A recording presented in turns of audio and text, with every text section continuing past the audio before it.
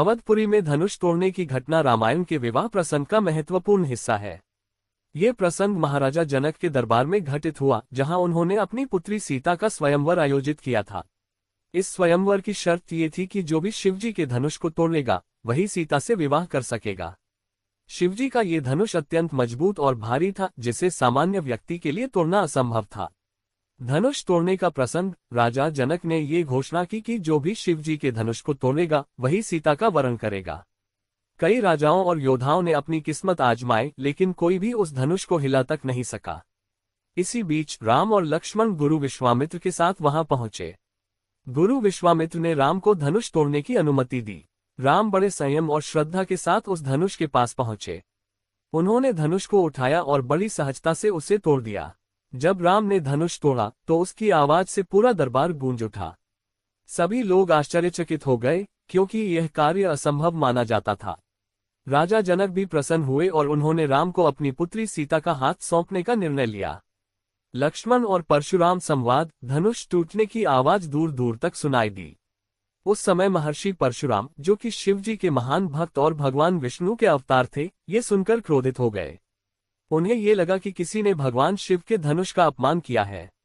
वे तुरंत जनकपुर पहुंचे और वहां आते ही क्रोधित स्वर में पूछने लगे, किसने ये दुस्साहस किया। लक्ष्मण, जो स्वभाव से बहुत ही तेज और निडर थे, उन्होंने परशुराम के क्रोध को देखकर कहा, हे भगवान, जो भी यह धनुष तोड़ने का साहस कर सकता है वह साधारण व्यक्ति नहीं हो सकता।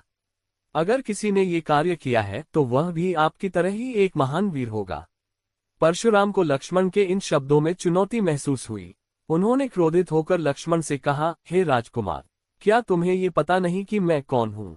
मैं वही परशुराम हूँ जिसने इस पृथ्वी को क्षत्रियों से मुक्त कर दिया था। तुम्हारा यह व्यंग्य तुम्हारे लिए बहुत भारी पड़ सकता है।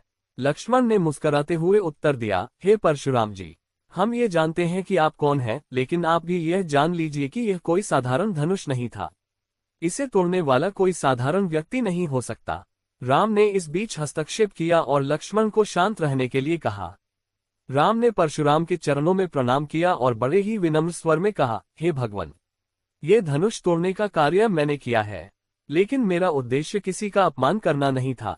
ये तो मेरी नियति थी। परशुराम राम के इस विनम्र और सम्मानजनक उत्तर से प्रभावित हुए। उन्होंने राम की ओर देखा और उन्हें पहचान लिया कि ये कोई साधारण व्यक्ति नहीं है। वे भगवान विष्णु के ही अवतार हैं। परशुराम ने राम को आशीर्वाद दिया और अपने क्रोध को त्याग दिया। उन्होंने राम की महानता को स्वीकार किया और वहां से चले गए। समाप्ति। लक्ष्मण और परशुराम के इस संवाद ने राम की शक्ति और महानता को और उजागर किया। परशुराम, जो शिव के सबसे बड़े भक्त और योद्धा थे, उन्होंने भी राम के सामर्थ्य को स्वीकार किया। इस घटना के बाद राम और सीता का विवाह संपन्न हुआ।